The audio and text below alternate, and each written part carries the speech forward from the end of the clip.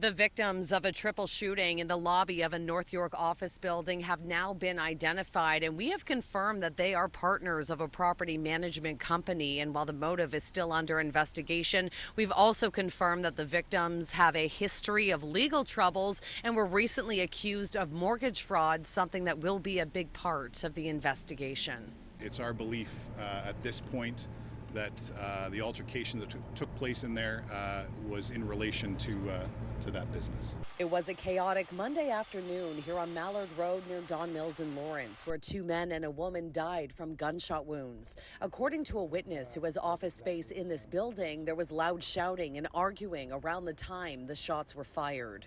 I heard the shots first. Then I came out, quarreled.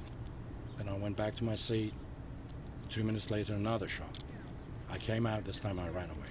When first responders arrived, the three people were already dead on scene, activating lockdowns at the nearby daycare and private school. A terrifying couple of hours for parents waiting to reunite with their children.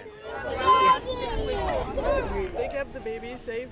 That's all that matters. But it was a nerve-wracking experience. I'm just glad he's okay. That's my only child.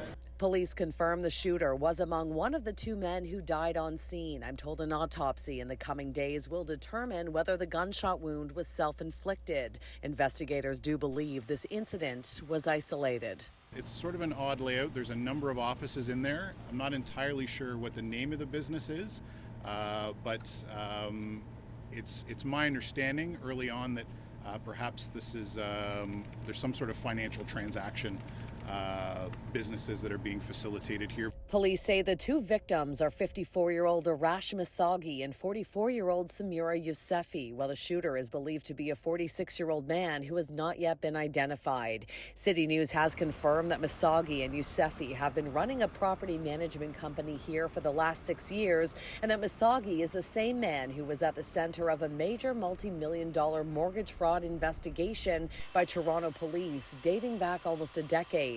And according to court documents, the business partners were named in a fraud lawsuit that was filed just a few weeks ago. With every homicide investigation, we have to be open to all possibilities. This is no different from any other homicide investigation.